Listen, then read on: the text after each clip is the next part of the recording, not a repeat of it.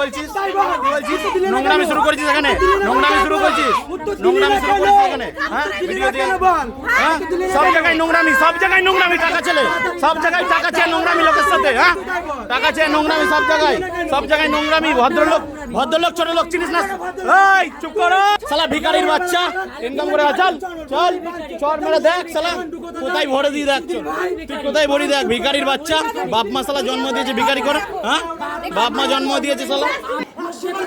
এই সব জায়গায় বদমাইশি, পেটিয়ে রস বার করে দেবো, হ্যাঁ সব জায়গায় তোদের খেলাতে হবে। সাধারণ মানুষের উপর বদমাইশি শুরু করেছিস, যাও তুমি যাও, আমি রিপোর্ট করছি, তুমি যাও, রিপোর্ট কমপ্লেন করছি আমি।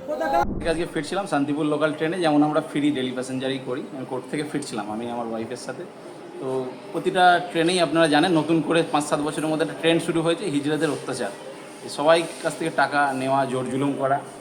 এটা আমরা বুঝি সামাজিক সমস্যা একটা, যে তাদের কাজের একটা সমস্যা আছে, মানুষের থেকে টাকা নেওয়া হবে, কিন্তু একটা ভিক্ষাবৃত্তির মতো একটা বিষয়, যে কেউ দেবে চাইলে কেউ দেবে না, কিন্তু কারোর ওপর জোর জুলুম করা, তার সাথে নোংরামি করার অধিকার নেই। এবং কেউ কিছু বলে না, গালাগালি করে, তারা বিভিন্ন সুরে কথা বলে মানুষ চুপচাপ আছে বলে এই জিনিসটা দিনের পর লেভেলটা যেন বেড়েই চলেছে। আমিও এরকম একজন হিসেবে কোনো কথাই বলিনি, প্রায় 10 মিনিট চুপচাপ আছে। অন্য প্যাসেঞ্জাররাও তো ছিলেন, অন্য প্যাসেঞ্জারদের সঙ্গে অলরেডি এই নোংরামিটা করতে আমার কাছে এলো। যখন আমি দেখছি অন্যজনের সাথে করছে, আমার কাছে টাকা চাইলো এসে, আমিও চুপচাপ আছি। তো চুপচাপ আছি কেন, কথা বলবি না, ঠিক আছে, এরকম একটা ব্যাপার। জোর জবস্তি করলো, কথা বলিনি, আমি কোনো টাকার বিষয়ে বললাম না। আমি প্রথমে একবার ভালোভাবে বললাম যে নেই দিদি চলে যান, এরকমভাবে বললাম, দিয়ে হেডফোন খুলে আবার দিয়ে দিলাম।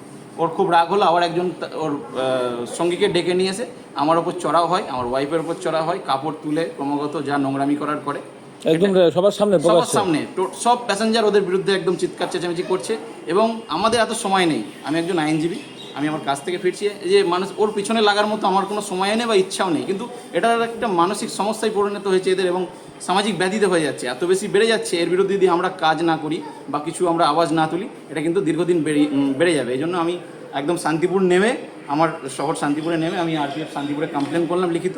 আরপিএফ ওরা সাথে সাথে লিগ্যাল অ্যাকশান নিয়েছেন এবং দুজনকে তারা অ্যারেস্ট করেছে। আমার কোনো ব্যক্তিগত তাদের প্রতি কোনো ক্ষোভ নেই, এবং এতদিন থেকে বছরের পর বছর দেখে আসছি, কোনো দিন কারোর বিরুদ্ধে অভিযোগ করতে চাইনি বা করিও নি কোনো দিন, কিন্তু আজকে টু মাচ, এত লেভেলের নোংরামি এবং এত গালাগালি, ক্রমাগত গায়ে হাত তোলা, ফিজিক্যালি অ্যাসল্ট করেছে আমাকে প্লাস আমার ওয়াইফকে। আমি লিখিত সমস্ত কিছু দিয়েছি আরপিএফের কাছে, ওরা অ্যারেস্ট করেছে। আমি চাইছি এইটা থেকে যারা ওদের সঙ্গী সাথীরা আছে, এই জিনিসটা যে শিক্ষা নিক, মানুষের কাছে ভিক্ষা চাইলে তাদের সঙ্গে সহানুভূতি ব্যবহার করলে কিন্তু এটা পাবে তারা, এবং আমরা তাদেরকে সাথে নিয়ে চলবো সমাজের সাথে।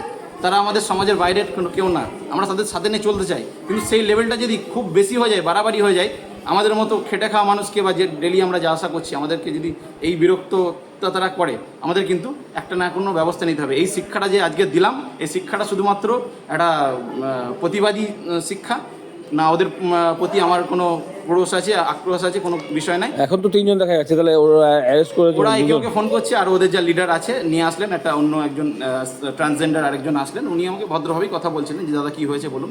উনি মীমাংসা করার চেষ্টা করলেন, কিন্তু আমি অনেকবার ভদ্রভাবে বলেছি, কোনোভাবেই সমস্ত প্যাসেঞ্জার বা ট্রেনের লোকরা দেখেছে অতিরিক্ত এটা টু মাচ করেছে। ওরা আজকে গালাগালি দিয়েছে, আমাকে মারধর করেছে, হেডফোনটা তুলে দিয়েছে, মোবাইল টানাটানি করছিল, তারপর তো নিজেরাই উল্টো ক্যামেরা করছে, আমার ওপর মারধর করছে, ওগুলো নিজেরা ক্যামেরা করে বলছে এ করবো তা করবো, আমার প্রাইভেসিকে এইগুলো করেছে। তো আমি চাইছি শান্তিপুর শিয়ালদা শুধুমাত্র না, পুরো গোটা পশ্চিমবঙ্গে যে হিজড়াদের পুরো এরকম সাধারণ মানুষের উপর যে অত্যাচার, এইটা লোপ পায় যাতে। অবশ্যই আমরা টাকা দেবো, এটা ভিখারিকে যেমন ভিক্ষা দিই অবশ্যই সেটা দেবো, সেই সহানুভূতিটা ওরা যেন থাকে আমাদের প্রতি। এই জিনিসটা কোনো মানে দাদাগিরি হয়ে যায় না, চেয়ে নেওয়াটা অবশ্যই এটা আমাদের দিতেই হবে কাউকে, এই জিনিসটা যেন না হয়ে যায়। আর আরেকটা বিষয় যে সাধারণ মানুষ কিভাবে, তাহলে আপনার কি প্রসেস, আপনি তো আইনজীবী বলে জানলেন, করতে পারলেন কি? এইটা প্রথমেই কি হয়, কোনো লোকাল থানাতে আসলে বা আরপিএফে আসলে কমপ্লেন নিতে চাই না, আমি ডাইরেক্ট আমি বললাম আরপিএফকে, আমি একজন আইনজীবী, দেখুন এটা কিন্তু আপনাকে এফআইআর লজ করতে হবে, ঠিক আছে। আমি এফআইআর দিলাম, ওরা সাথে সাথে অ্যাকশনটা নিয়েছে। ট্রেনের মধ্যে ঘটনা হলে কোনো নাম্বার তো নিশ্চয়ই, ট্রেনের মধ্যে ঘটনা ঘটলে রেল 1 বলে একটা অ্যাপ আছে, ওখানে রেল মাদাদ বলে একটা অপশন আছে, সাথে সাথে আপনি কমপ্লেন করবে, সাথে সাথে লিগ্যাল অ্যাকশন নেবে ওরা। এবং 1900 সম্ভবত একটা রেলের 139 বলে হেল্পলাইন আছে, ওটাতে ফোন করলেও সাথে সাথে অ্যাকশন নেবে। এছাড়া আপনি লিখিত কমপ্লেন জানাতে পারেন আরপিএফ, ঠিক আছে। আমাদের এগুলো করার সময় নেই, কিন্তু আজকে ওরা যে ব্যবহারটা করছে, এটা নিয়ে যদি আমরা কোনো সামাজিক সচেতনতা না করি, দিনের পর দিন বেড়ে যাবে, এবং মনে করবে যে এই টাকাটা নিয়ে আমার অধিকার, বাপ দাদার টাকা আমাদের কাছে রেখে গেছে, আমাকে আমাকে দিতেই হবে। 1 টাকা বা 2 টাকা 5 টাকা দেওয়াটা বড় কথা নয়, কিন্তু যে অত্যাচার, নোংরামি, এই যে সবার সামনে একটা অত্যাচার করছে আমাদের উপর, হ্যাঁ, এই কাপড় টাপড় তুলে গালাগালি করছে, মোবাইল কেড়ে নিচ্ছে, করছে, এগুলো কি? এগুলো কি সুস্থ সমাজে চলে? প্রত্যেকেই সম্ভ্রম আছে, কারণ ট্রেনের মধ্যে প্রতিদিন আমরা চলাচল করি, এটা সম্ভব না। এটা নিয়ে প্রতিবাদ করা দরকার। আমি আজকে কথা বলছি, আর একটা মানুষ পরের দিন কথা বলে। এটা নিয়ে প্রতিবাদ প্রতিটা মানুষের করা উচিত। আপনার নাম, পরিচয়? আমার নাম শেখ শাহনওয়াজ আলী, আমি অ্যাডভোকেট, কলকাতা হাইকোর্ট।